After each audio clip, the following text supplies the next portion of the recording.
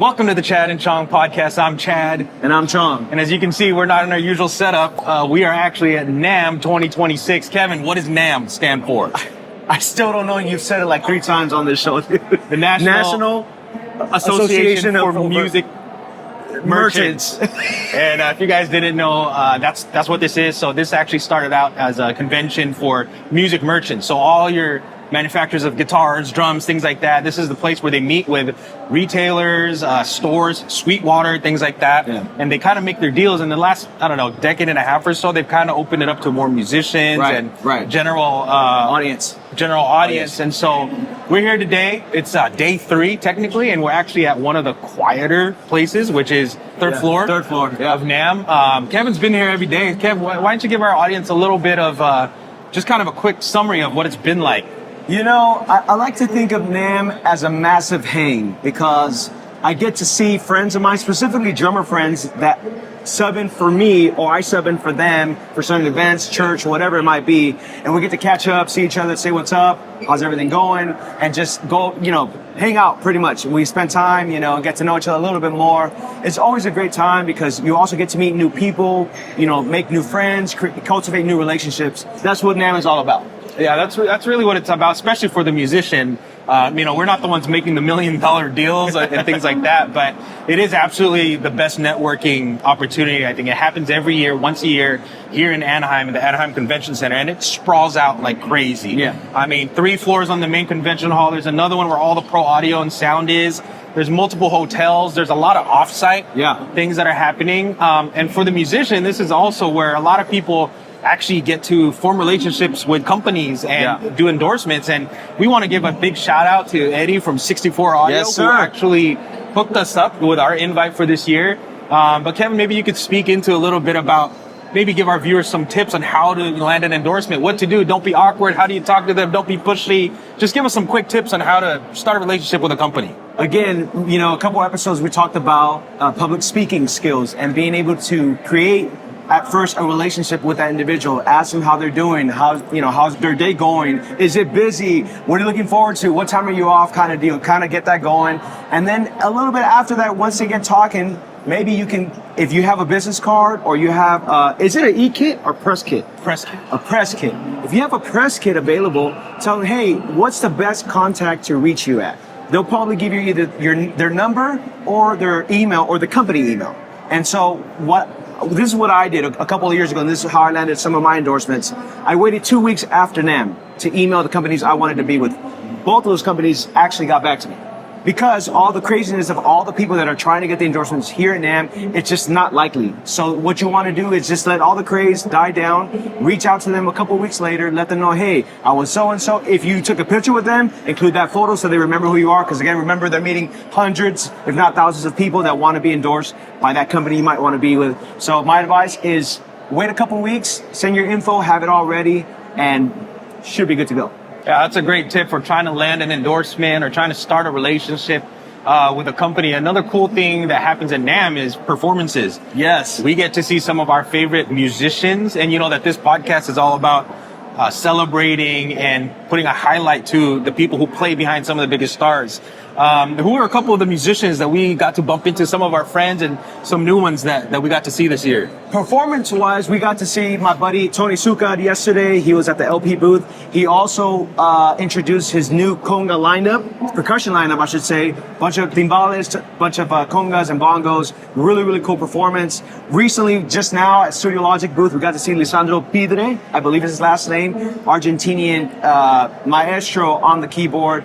I got to perform with Jakub. That was super fun at the Studio Logic booth. This is our 3rd year doing it, so thank you so much to Studio Logic for hosting us. I actually missed their performance because I thought it was at 1:30, and I was taking my sweet time, had a nice lunch, but I missed them. However, when you're forming relationships and friendships with NAMM, it's a really awesome time to be friends and to offer some things. And since I have a studio here in Anaheim, Kevin and Jakub and all of them were actually rehearsing the last couple of weeks for their performance here at NAMM. And so hope you guys check that out. I think you guys are going to post it. Yeah, we will.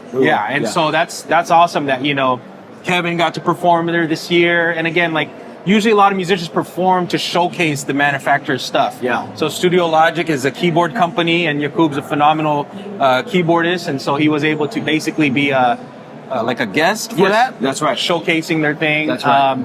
I performed here in the past too with AJ Raphael. We perform at the Yamaha booth, and it's one of those things where, you can see it, it's right there. behind.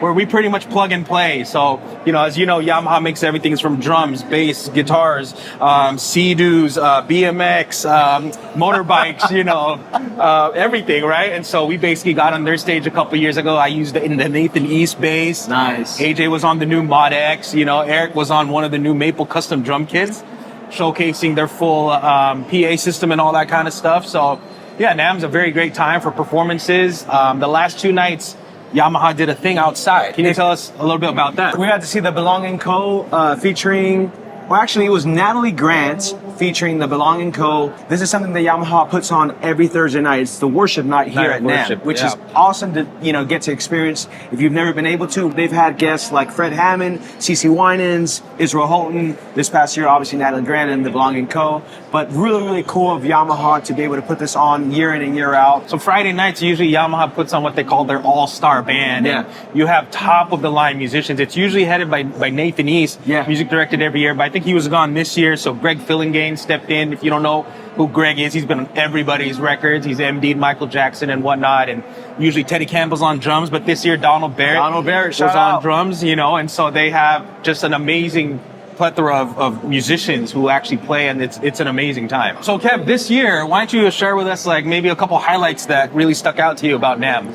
Yesterday at the LP booth, they were able to honor Carl Peraza, which if you don't know who Carl is, he is the timbalero for Carlos Santana. I think it's going on 30 years, maybe a little bit more than that. LP gave him the Lifetime Achievement Award, which is presented by our friend Andy Vargas, the lead singer of Carlos Santana, the Carlos Santana band. And so it was awesome to get to experience that at the Roland booth on the second floor. They also honored Josh Freeze from DW. Yeah. Really, really, really cool. If you know about him, great drummer. Yeah. So that was yesterday. What about you, Chad? What'd you see? Well, I'd have to say that one of my biggest highlights this year, which if you come to NAMM every year, they say sometimes you might bump into a legend like Stevie Wonder. Well, I could say that on day one of NAMM, I actually got to see Stevie Wonder's back. Wait, question for you. Yeah. Do you have a scavenger hunt list for NAMM? Oh, man, I've seen everybody's scavenger hunt. I try not to, but we always know who's always going to be popping up. But this is the first time I got maybe about 25 feet from Stevie. He was actually walking out of the Korg booth. And, of course, he's surrounded by his entourage and all that. But I got to see a little bit of his side, as he was exiting. Very low-key this time around. But, to see a legend who's actually impacted, the world, really. And for me personally, too, his music's going on 50 years now. Wow. He's right there. That's the kind of opportunities that NAMM can present. I saw one of the most famous and most recorded bassists of all time, Leland Sklar. I actually walked right by him, and I was too shy to ask for a photo. Come on, Chad. But again, if you know Leland, he's on everybody's records. And so NAMM is the place to be. And, you literally bump into some of your heroes. And it's really crazy because sometimes some of these heroes might actually end up on a podcast. Kevin, we won't say That's who, right. But can you tell us a little story about the NAMM opportunity and how it involves our podcast? We've been doing this podcast for the last 4 years, right? And I've taken this NAMM and last NAMM to really reach out to musicians that we look up to try to get them on our show. Shooting DMs on Instagram.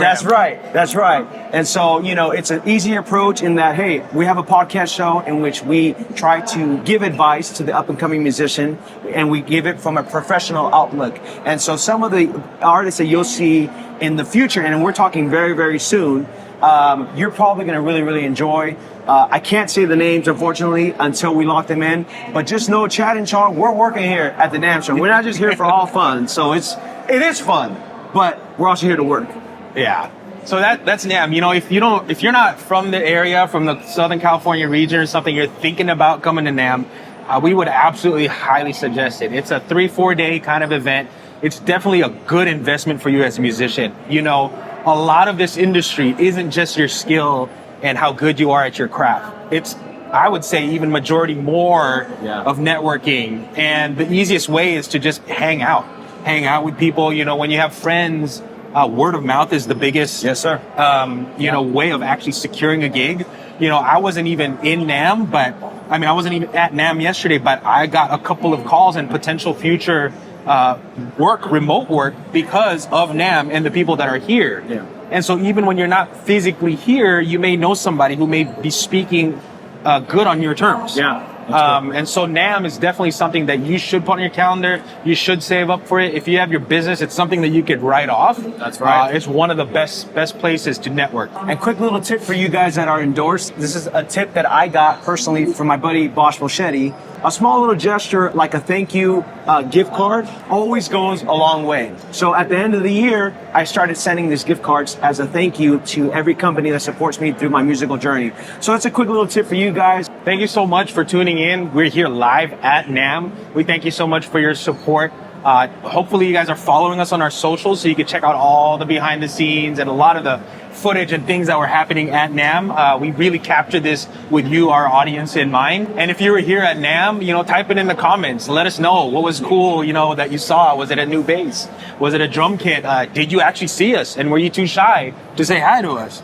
You know what I'm saying? That could happen, but you know what I mean? And then maybe if you want to go to NAM next year, let us know. Hit us up in the DMs. We'd love to just, kind of guide you and, let you know how you can get in. And if you haven't already, we invite you to subscribe on our YouTube channel, Chad and Chong. If you follow us on our social media platforms, or if you're trying to listen to our podcast via Apple Podcasts or Spotify, it is also Chad and Chong. Rate us 5 stars, leave a comment, and we will see you on next week's episode.